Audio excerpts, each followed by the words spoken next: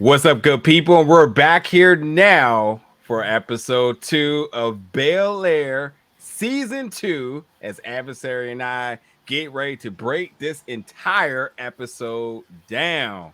And Adversary, how you doing today, first of all, before we get into it? I'm good, man. No complaints. I'm here. Good, glad to hear. Hey, I feel like by now I should just I probably should have said this, but maybe I should just do it now. But in case the folks just for whatever reason may be wondering here, why they call you adversary? I go by adversary because I'm an MC, meaning I do music, I rhyme.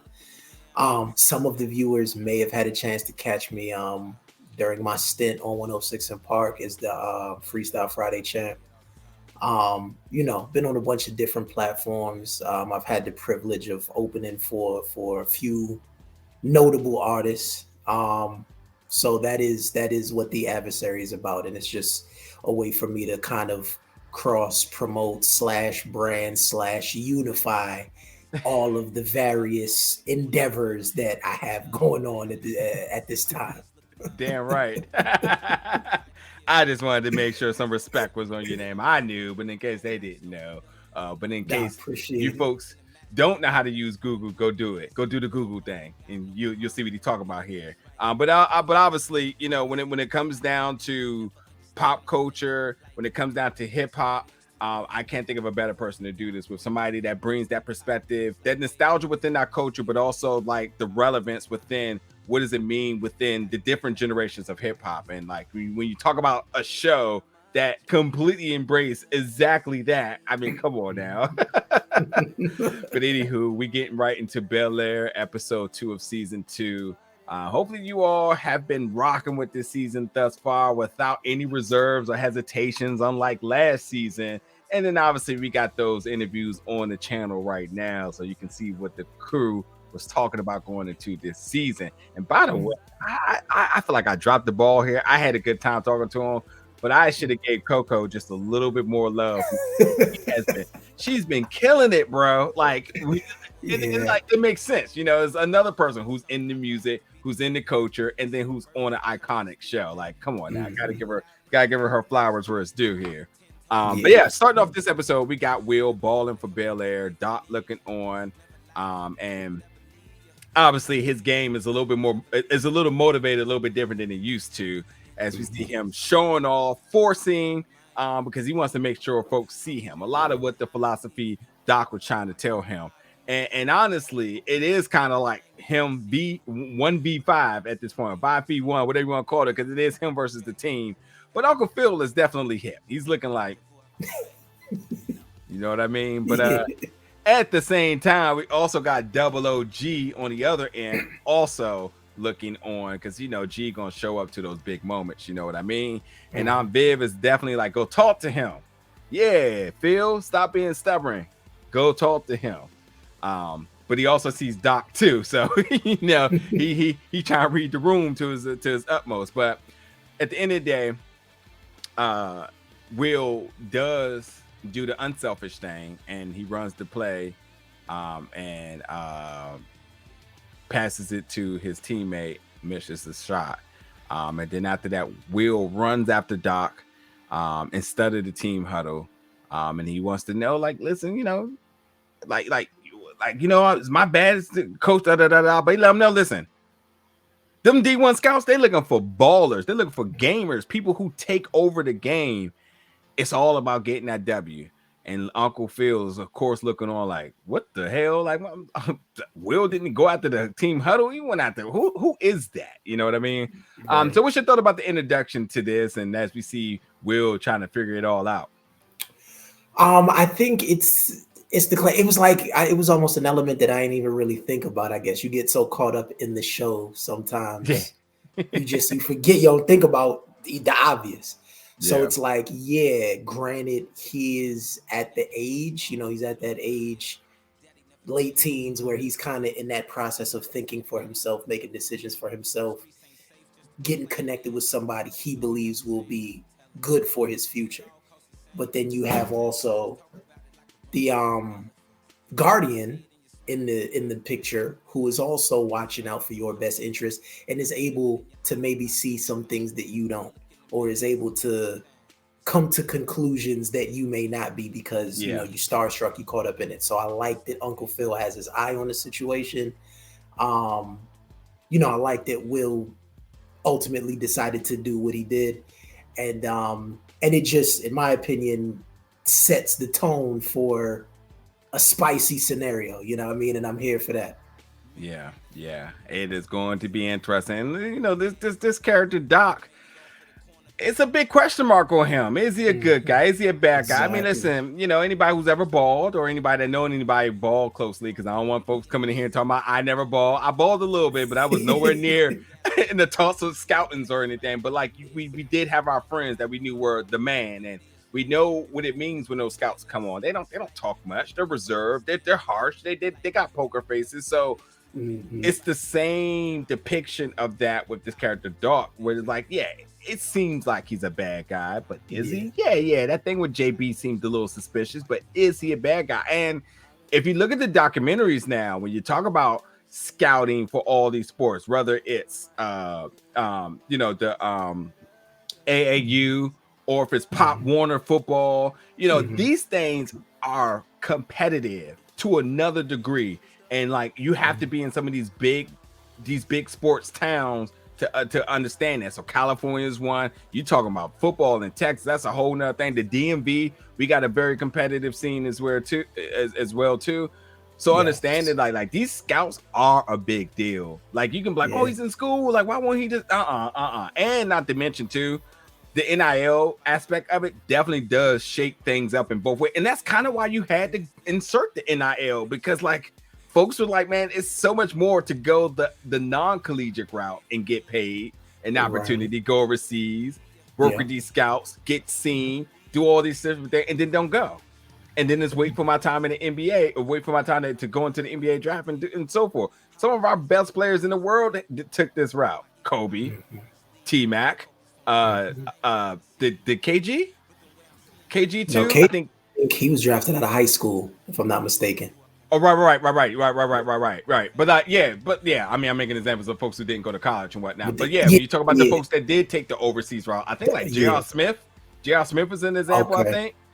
So like, it's a very effective route for folks. And I can imagine now it's even just more competitive now that this perks on both sides. So like, I like that this Doc character comes off as a big, like, almost like an enigma. You just don't know. Can't read this guy. So we're gonna see. But back at the Banks house, we got Dr. Richardson, because doctors are making a lot of money on Zoom now. Don't even gotta go in office. As we see, the focus is about Carlton's meds, and they want to lower Carlton's meds. And this is a really, really important thing for this show and for the community. We are really coming to a transparency in terms of mental health, and knowing that Carlton's dealing with his anxiety and understanding the process. We're like, it's like, oh, he wants to come off his meds, take him off. No, that's a danger. You have to prime off of it. You have to lower it off first, and see how it is, check for signs and so on. So, this is something that obviously no one wants to be attached to meds their entire life, but some people just has to, and understand that this is a forefront of Carlton's arc, is him battling his anxiety. As Carlton mentioned, his grades are slipping because of his anxiety, which the meds is giving him more anxiety.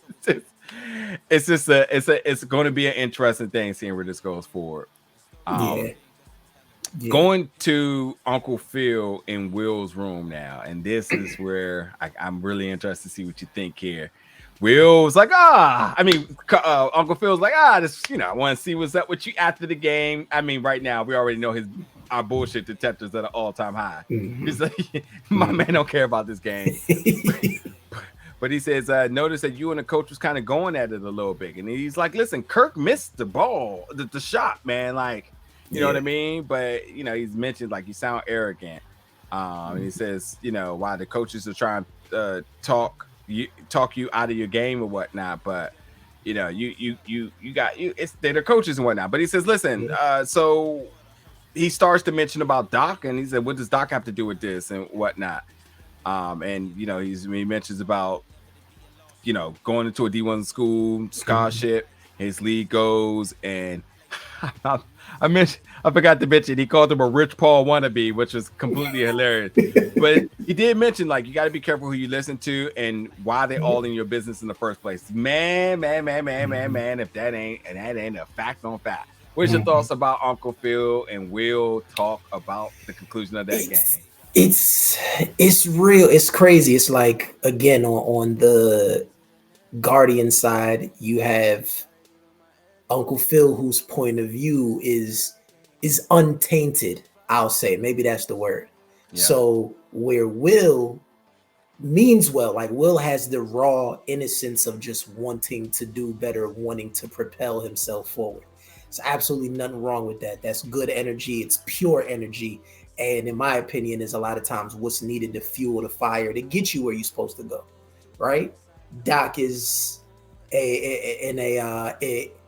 and what's the word? Not an enforcer, but a like an encourager of that. You know what I mean? So you have that element, but then you have Uncle Phil on the flip side, who's looking like, yeah, I feel you, young blood. I hear what you're saying, but you know, pride before the slip. Yeah, you want to propel forward. However, you don't want to trip on your way, running faster than you need to, et cetera, et cetera. So you have that dynamic. And honestly, it's hard to say which side is right per se. More often than not, it works out where the Guardian ends up at least being right as far as how things play out. Yeah. But I don't know that it's necessarily wrong on like Will's side to feel how he feels, because it's like, if you're the best, you feel like you're the best, you showcase that you're the best, or you amongst your peers right now, you're playing the best. Why not take it and run with it? You know, even hearing a lot of Kobe's teammates talk about it. Listen, like, I was literally about to say, take your mind off the series for 1 second and tell me who you're talking about. Yeah, literally. Kobe. Like, it's literally Kobe. When you hear some of these interviews about how it was to be in the locker room with him, how it was to play on the team with him, they were saying like, yo, it'll be 3 a.m. We're asleep. Kobe's getting up out of bed to go to the gym for like 2 hours. Mind you, we just played game 4 in the playoffs. You know what I mean?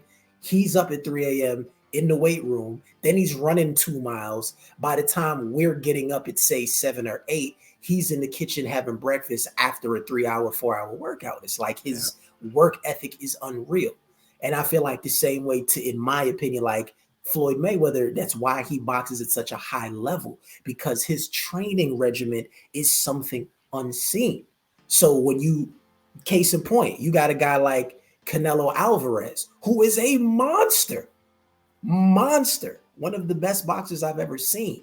But you put him in the ring with Floyd, and even he begins to look like an amateur, because it's just levels. You know what I mean? There is something to be said for just innate talent, but when your training regimen, when you add it every day, like you on your Dragon Ball, you just constantly train, you end up like you get to your Goku level, and it's just, can't nobody see, you know? So that it's always that fine line. And I think, again, like you were saying, it's interesting to see now how this scenario plays out in the coming episodes. Yeah, I think another really thing is Will's going to have to figure out how to take the best out of both of these people who is trying to influence them. Yes, exactly. So we got Carlton, Will pulling up to the school, and Carlton, because he knows about everything, want to know about the disagreements he's having with the coach.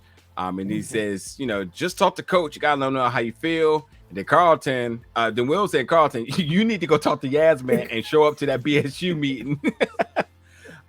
So Mrs. Hughes' class, and we here we go again with this classmate Olivia, with her very privileged eyes looking on to Ashley, who after class is over, and Mrs. Hughes gives Ashley sort of these affirmations in terms of just before that too, there was the whole idea about like the story and whatnot, and Ashley gave a response about what if she had ambitions on wanting to write a better story or whatnot. I forgot what the whole scenario was. It slipped out of my mind, but anywho, she does present her afterwards, and I finished the book. It was amazing.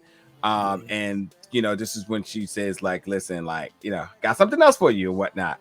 But as Mrs. Hughes really finds a lot of, like, I guess it's safe to say she not only maybe see a lot of herself, Mrs. Hughes see a lot of herself in Ashley, but she also feels very safe in the generations to come, knowing how ambitious Ashley is to wanting to read more, and with a focus of not just African Americans, but women, Black women in history, and whatnot. She mentioned, like, girlfriend was not afraid to mix it up, and I think that speaks to the philosophy of everything we know about Mrs. Hughes, but everything we are going to see about Ashley coming up. So, like, these movies,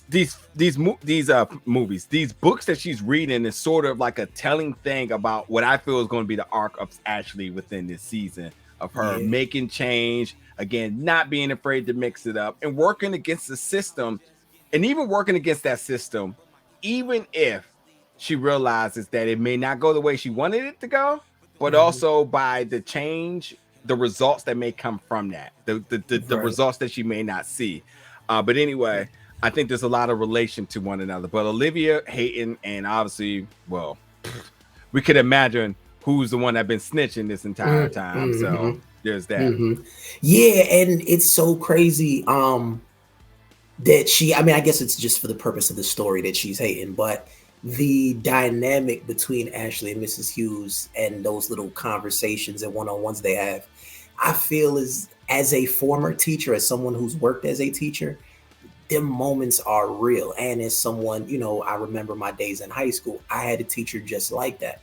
The crazy part was my teacher wasn't really my teacher. So his name was Mr. Burns. I'll never forget him. His name is Mr. Burns. He was a younger guy, one of the younger teachers at the school at the time. I didn't have none of his classes, but he knew who I was. I guess I assume he used to see us, like, rapping in the hallway or in between classes, or whatever. So he kind of figured, knew who I was. He pulled me in the car. I'll never forget one day when the bell rang. I'm trying to run the class. He steps out the door. It was like, hey, come here for a second. And I walk in his room, and it's just me and him now. And this is a white guy. Keep this in mind. It's a white guy.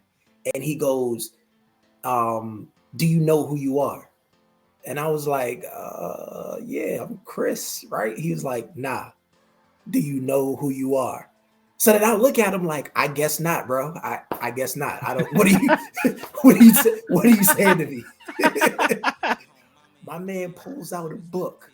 The book was called Nile Valley Contributions to Civilization, and it outlines in great detail all this stuff they will never tell you in school. They will never add to the curriculum. The truth about our history. And this is a white guy looking me in the face, tell him, yo, do you know who you are? You don't know who you are? All right, bet, let me get you there. And he gave me this book. It gave me a quick synopsis. He said, I want you to go and read this, man, because they're not going to tell you this in school. He said, you as a young Black man, you need to understand exactly who you are, but you're not going to be able to understand that here because they're not going to tell you. Yeah. That was in 2000, bro. I still remember that to this day. Yeah. So them moments are absolutely key. Yeah. And I actually think that's a lot of what's happening here. Is Mrs. Hughes is recognizing her influence for the betterment of the student, and maybe even all of the curriculum in general, but she just doesn't have the full support of the administration to do so. And I think that's where the FOs, in terms of showing change and stepping outside the norm of the curriculum, and other students and their parents get mad about what she's doing, and why she isn't showing bias. She's just trying to start a change, because if little ass Olivia was like, I want to read a book too, I'm sure Mrs. Hughes gonna say no, not only for Black people. Sure, that's not happening. So right, and she would just as easily encourage the other. Exactly. But see, that speaks to the internal conflict. It's so many people that's miserable with they self that they have no other option. They don't know how to deal with it, and they just lash out and want to poison everything. She's mad for what? Y'all both getting money. Y'all both come from successful families. Y'all both have the exact same opportunity. There's nothing that the teacher's doing with Ashley that's gonna affect Olivia negatively, other than the fact that Olivia just salty. And then so now you get the dynamics you get with, you know, for the story to go how it goes. So yeah. So now we're at Jazz's shop. He's grooving, listening to Tupac, and Hilary comes in wanting to surprise him with her vegan lunch. And it was funny because it was a moment. It was like he thought, like, are we pregnant or something? Looking at me all crazy, but she comes in that joint trying to like butter him up to use the Impala, and he's yes, like, what? Yes. And you know, he said, listen, you know, you gotta be really careful. You got a couple of hours. She wants to use it for a girlfriend shoot. Everything about this, I said, bro. You see the setup already. Yeah. Bro. And honestly, this show surprises me once again because I'll just jump to it. We'll get to it in a second. But I honestly thought, I said, watch Ivy somehow gets involved in this joint and she crashes it. And I was halfway there with it, but like it didn't go that route. It didn't happen. Yeah, it didn't go that brutal. Yeah. So we have Lisa and Carlton at the locker, and you know, Lisa's pumping Carlton up about the Founders Award, which is basically the closest thing to get into the Ivy's leagues here because of his perfect score, and everyone knows it was him. And now he's him being elected class president. I mean, why not go after the highest achievement here? But you know, she just wants to go to Howard. He wants to go to Princeton, to you know, start a new legacy. Yeah. So, first of all, I love Lisa. By the way, all the way Team Lisa, and her going to Howard, absolutely. But at this moment now, I started to see what was happening here with. Carlton is a little bit worried here about his image that has turned the page to the good side. And if he goes after this Founders Award here, you know, what is that going to make him look like? You know, because definitely that's going to put him on a plateau that probably alienates him from the BSU. And I think, like, yes, it's a good thing, but I think he's proceeding consciously because of the perception of what it's going to look like. So we'll see. Yeah. So we have practice, and we get to practice, and Will calls a meeting, and he said we all need to step up, and we need to man up and do whatever it takes to win.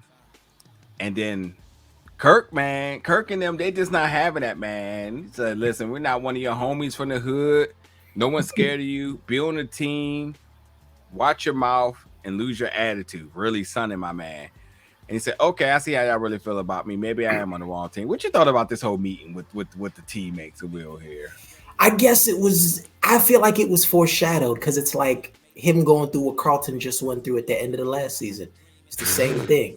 You have, you know, the only black teammate taking a stance, if you will, or feeling away or whatever you want to call it, and everybody else immediately reacting in almost an extreme way to the other person. And then now, because they all are friends and they all grew up together and Will is kind of the outsider, it's very easily, you know, to close him off and say, yo, this is the program, this is the routine, this is what we're doing.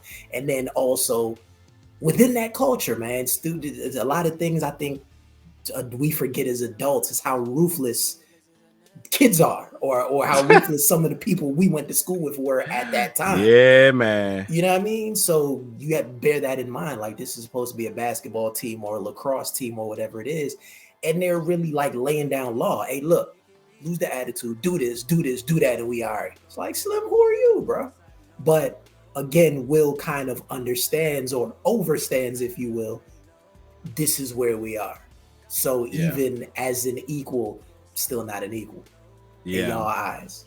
You feel me? So that's 1,000% what it is. And I love how this scene was handled. And we didn't go the stereotypical route of Will going off and wanting to fight and whatnot. So, you know, but to a very upsetting next scene, we have Mrs. Hughes in the hallway, who then announces she is no longer a teacher at Bel-Air Middle School. She is not allowed to answer any questions that Ashley may have about it.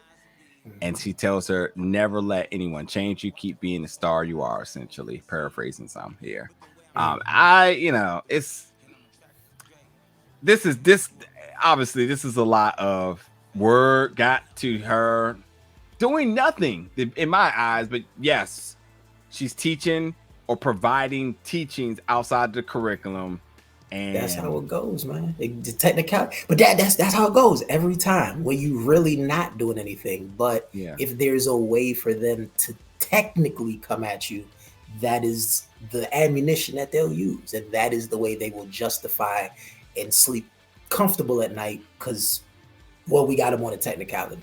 yes. So we have Uncle Phil and Aunt Viv talking about Dr. Richardson Zoom, and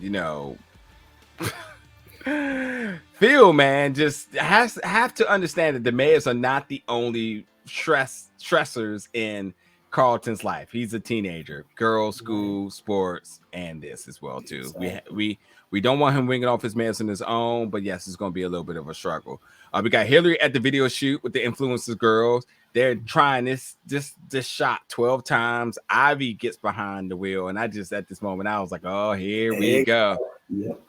But instead of her crashing it, Jazz pulls up, and he is just not happy.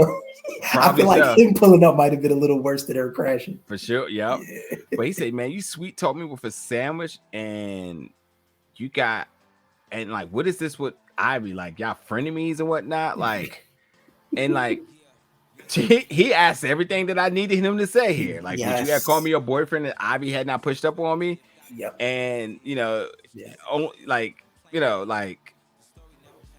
check yourself, basically. Yeah, and it's like, listen, I'm an influencer, and like we're official, we're just not public. Like my man Jazz had to get a real big humbling moment of how this relationship's going to be. Like, he's the only one posting her on Instagram, but she's not and whatnot. But at the same time, he portrayed her in the trust by letting Ivy now be the third person to ever drive his car. Exactly. What did you think about the relationship between Ashley and Hilary? Excuse me, I'm saying Ashley, Hilary and Jazz. Yeah. I like them together. I like the mix that you get from both of their characters. I think Jazz is being portrayed in a very positive and healthy way. Yeah. We don't see that enough on TV. You know what I mean? No. Especially with a younger couple. If you do get any of that, it's going to be an older couple for sure. Yeah. So the fact that they're young and he's giving her guidance and really loving on her like the way I feel most women would want their men to love on them. I love all of that. It's interesting to see how, I guess, the dynamic that the writers are showing with her being an influencer and not quite wanting to publicly claim Jazz. And I don't see anything wrong with his character. He's not like I say, he's not the sitcom version of Jazz. This version of Jazz, I feel, is way cooler, and that's probably who you'd want to let people know you was dealing with. For her own personal reasons, she's not there yet. I'm interested to see how that plays out or plays into the overarching plot. But I do hope that at some point Hilary recognizes, you got a good dude.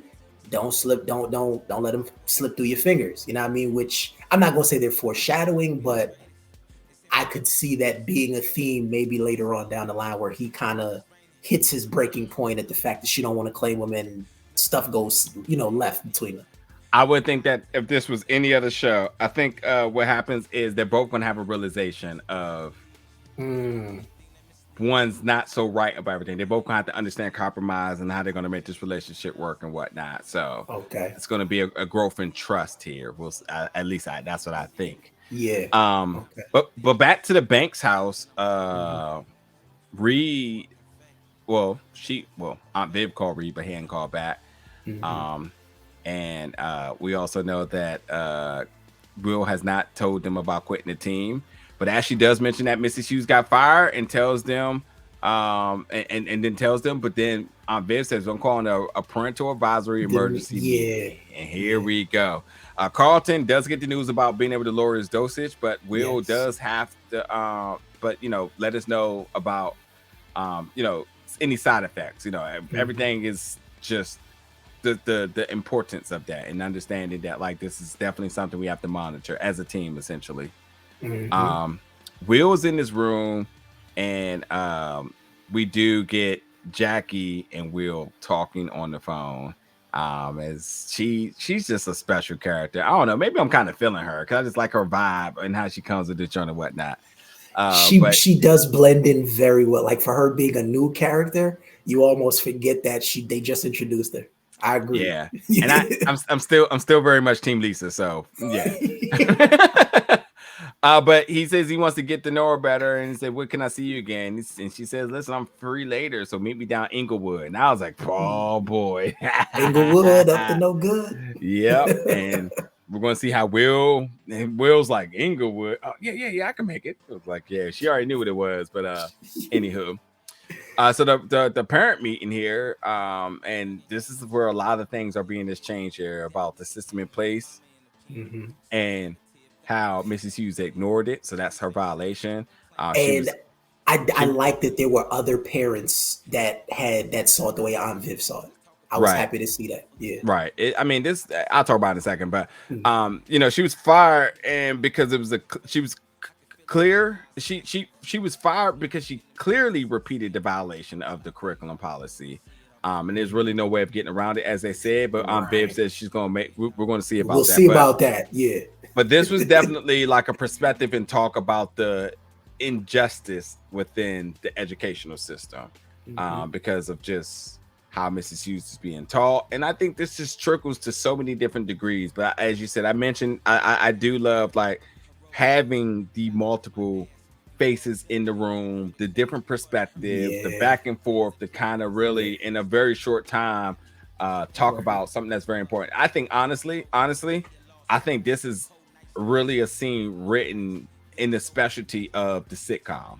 Sitcom was like 24 minutes, or 21 minutes. I forgot how much TV time was. Half an hour episodes, but like how they were able to like really inject such powerful moments in such a small time that's so meaningful. Like there's a lot to make in this scene that lasted like 2 to 3 minutes. Yeah, very short. Yeah, but they touched on the dialogue from each of the characters in that scene, kind of like it was a mouthful. In regards to covering so much in such a small amount of time, for sure. So what's the next scene we got here? G and Phil making up. First of all, before I even go down to everything, what were your thoughts about the two of them making up and how this was going to be? I was surprised because to me, it kind of piggybacked off the last episode where Uncle Phil was able to look within himself and say, hey, despite my personal feelings, this is something I need to do to make it right with this other person that I love. He did it with Will, and the famous trying to talk. All right, well, do you feel like listening? Same deal now. It comes back around to Geoffrey, and it's the same deal. Hey, can we talk? Geoffrey hit it well last time. It wasn't really you. You seemed like you had a whole lot to say to me. Same type of thing. And then he's like, well, my bad about that. My bad. But he sits down. And again, if you keep in mind outside of their, job titles, but who they are to each other outside of work, that to me is what really was highlighted in the scene. It's really two homies. Yes, we happen to work together. Yes, you happen to be my subordinate from a technical standpoint. But when the lights come on and the cameras go off, and then you my man at the end of the day. And for him to be able to come to him and tell him that, he was like, yo, come home, come to the, and he's like, well, I don't know, I feel away. And it was real. And like, I feel like both the characters showed some vulnerability, which is something you really haven't seen from Geoffrey, because it's like he's Jason's, Geoffrey Statham. But in that moment, he shows some of his humanity. Yes, I have a son. Yes, I'm messed up in the head about how things played out with my son. Yes, I'm in a space right now where I don't really know what to do. And then y'all is my family who I'm leaning on. Now I don't even have that because me and you had a falling out. And for Uncle Phil to be able to say, I understand all of that. I respect all of that. I accept all of that, because you're right. But those elements aside, as you heal and figure out how you feel, I want you to know you my dog. I rock with you. And, let's come back and let's figure this thing out. So I think for both of them to be able to understand where the other was coming from, to respect where the other was coming from, and say, yes, our bond is bigger than this particular dilemma that we have right now. And then he grabbed the cigar, and here you go, bro. And they right back. I loved it. Yeah, listen, the one word you didn't use, but like, yeah, they're brothers. That's just the end of the day Yes. here, Yeah. and they got love for one another, and they hashed it out. And I love that we got to see this on television because this is another thing Yeah. that we don't traditionally see. Two men at a disagreement, they're definitely fighting, and this one Exactly. we see them talk, be vulnerable. G Yeah. opening up about his son Frederick, and Phil knowing what he's Exactly. going through. They knowing each other, saying that they know each other best. And while there is a sense of potentially being angry here, they were able to talk and hear each other out. And the communication wasn't just being verbalized, but it was also because one was listening to one another. And to top it all off, man, yeah, as you mentioned, having a cigar at the end to just say like, all right, we good. Yeah. Yeah. I really, really, really, really, really love that scene. So Yeah. and I Yes. got a feeling like there's so much more that's going to come because this series decides to take um it takes routes of things we need to see more. We need to Yeah. be exposed to more, and I think that you don't just give us this in episode 2 and don't do follow up And don't episodes touch with on it. it no more. Yeah. Yeah.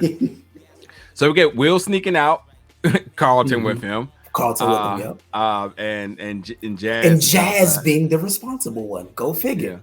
Yeah. Yeah, but yeah, they go to South Central because they hit the club. Yeah. Because you know what it is, scared money don't make no money. Gotta get out That's there. right. They walking in with YG plans. I already knew it was about to be a crazy night, but like Mhm. Carlton is getting looks. Will hyping him Yep. up. Will Yep. go straight to Jackie. And Will gets in there talking about Doc, which I thought was like, sir, okay, but okay. But anyway, she's just, he's just inquiring about wanting to know what he needs to do since she knows by like how he moves and what he's looking for and whatnot. But Mhm. Will clowning as he's dancing and she's dancing and whatnot. Carlton got two of them James and whatnot. Mhm. But as he had to go check on Carlton, Carlton was good because he had two shorties. Yeah. But Two. Doc pulls up and said, "I heard you had some Yeah. questions," because Doc is her uncle.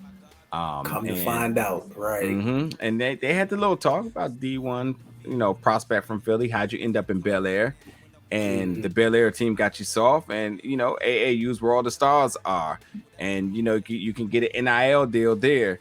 And as he mentioned, no one argues with a winner, Yeah. so he was able to obtain some new knowledge and perspective for him to go forward. But we did learn that, looks like Jackie is the niece of Doc, so that makes things a Makes little it more interesting. conundrum. Yeah, Yes. and that he said like, really, Jackie, not gonna say nothing. Exactly. But yeah, it'd be like that sometime. And then But even Doc, but I love Doc's response. Soon as they walk off, yo, my bad. I ain't know that was your knees, dog. No disrespect. This ain't about Jackie. Like literally, that's how we. This ain't about Jackie. Like, for no. real, for real, for real, for real. I love how we just, yeah, man. So yeah. But the next day, they're back home, and the hangovers is real. Reed does call back. G returns, he said it's time to get back in the routine. So no fuss about everything that happened. No looking back. Let's get to going. And then Will was like, man, how'd y'all squash all that beef? And then they basically dismisses that. But Viv is looking stressed because Reed has some nerve, as she says, and talking about her art and her perspective. And this is what I love because Phil says, listen, it looks like you need to take the gloves off. Yes. And And I, for one, can't wait to see you do it. yep. And it looks like that we got to the bottom of it, that Mrs. Hughes got fired because a classmate snitched. There's that. But as you mentioned, like if no one disturbs the system would never change.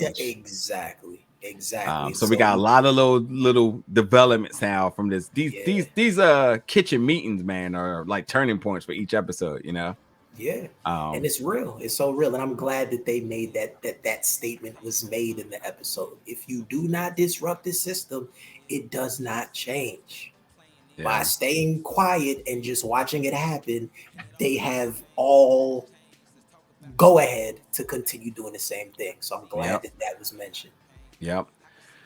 So Jazz, they meet for lunch, and oh yes. Yeah. So they said you was right about some stuff the other day, and I really appreciate that. And I said, yeah, one up for the city guys. City boys. City City boys boy. is up. But you know, she said, let's take our relationship up a notch. So she said, let's tell my parents, and you know, just to show that I'm not embarrassed. And when you want to do it, and she's like, well, right now. Like, so, hey, everybody. It's like, oh, Jazz. Like, yeah, Jazz. My boyfriend's like, oh, your boyfriend. And they eat, but Aunt Viv and Uncle Phil looking like, what? And I think Aunt Viv was probably a bit more cool with it. I love Uncle Phil's response, bro, because as a father, I don't think it gets no more real than that. As a father, there's really no other way that you handle that outside of exactly what Uncle Phil did. Like when Jazz leaned in for the dap, Phil states like, he ain't even move, he ain't flinch. And that's literally, bro, that's like, it'd be like, I'll be putting this stuff in my mind. Like, you know, my daughter's still little, but it's like, I know that these days are ahead of me. And so what's the right course of action? You know, that's why I love that scene in Den of Thieves, because I feel like I'm gonna legit do that on prom night. It's gonna be slam like that. Just so you know, bro. We on this. Okay, cool. I like when Uncle Phil didn't flinch and Jazz leaned in the hug and he just stood there. I was like, yes. That's it. So to the BSU, the Black Student Union, they talk about the firing Mrs. Hughes, and obviously this is on a high school level. They're talking about the middle school firing, and they said because a few white parents got upset about her because of her books. So we owe this to her. Lisa said everybody had nothing but good things to say about Mrs. Hughes, as she's impacted a lot of these students' lives, careers, and education. So, and you know, Lisa says this, Jasmine says back in Carlton about this as well too. And then this is where they say we should do a protest.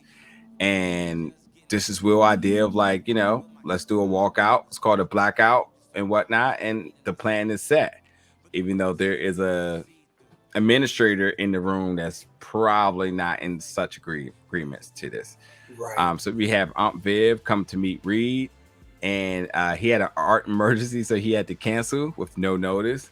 Yes. By the way, I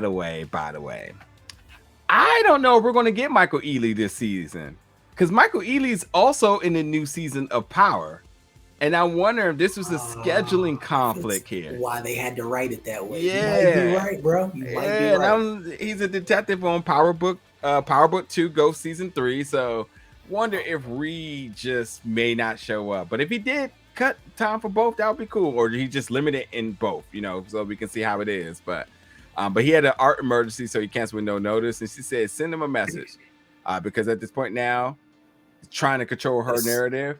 Yeah, I would no longer. Yes, it's absolutely personal. Yeah, and that's what it was. So what did you think? Obviously, without a lot of paraphrasing here, but what was your thoughts about this Vivian stepping in there and handling her own shit?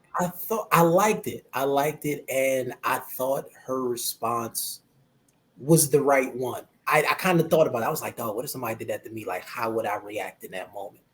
Man. But she did it. She did it the right. She was like, well, he's not here, and da-da-da-da. All right, you know what? Tell him. And then she's like, oh, well, you may want to tell him yourself. I love the retort.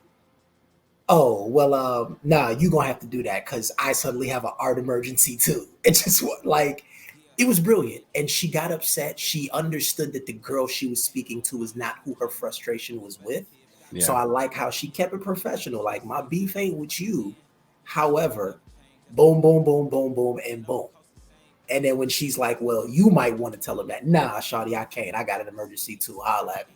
And bounced. I loved it. Yeah. I loved it. I was here. I'm here for that. Yeah. So we got Carlton walking out of school with Miss Basson, I think her name was. Yes. And you know, this is, you know, say I was surprised to hear you speak about Mrs. Hughes, and there's a right way of handling things, there's a wrong thing, especially here. And it says your reputation will be tied to this effort. And obviously now, this is where the correlation to him winning that award, to what he's going to do here, and what the BSU is going to look at it, because everything is going to all start to twine together now here. So Will, big game tonight, no drama. As he talks to his teammate, teammate. He says no drama with Will or coach. And he said, I'll be there for the team. And The Black Liberator Carlton X comes in out and talks about the walking out, and now he says he doesn't think it's a good idea. It's a protest, you know. Of course, you know Of it's course what it's it is. gonna, Yeah, but he said, but we're going too far. So listen, I got your back. Going to show him and then he's going to show him the real Will tonight in the game. West Philly Will is back. So Will is all for it towards the game. At the game, Will is playing the game on a whole different level. Phil's looking at Doc. He called this man called ISOs all game by the look at this the what we've seen.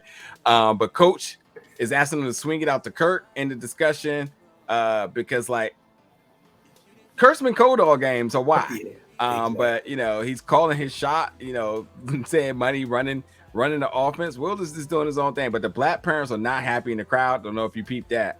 But they win the game, and Doc says, like, listen, you know, coach ain't have the balls to bench you because you were hot and won the game.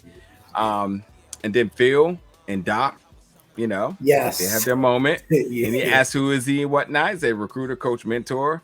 And he says, hey, listen, my wife and I want to know when you would love to be a part of the discussion, Mr. Hightower. If there's anything to discuss. Yeah. I believe were his words. Yeah. That's exactly right. So there's that. So that's the end of the episode here. What was your thoughts about the meeting with all of them? And then kind of where do you see this going?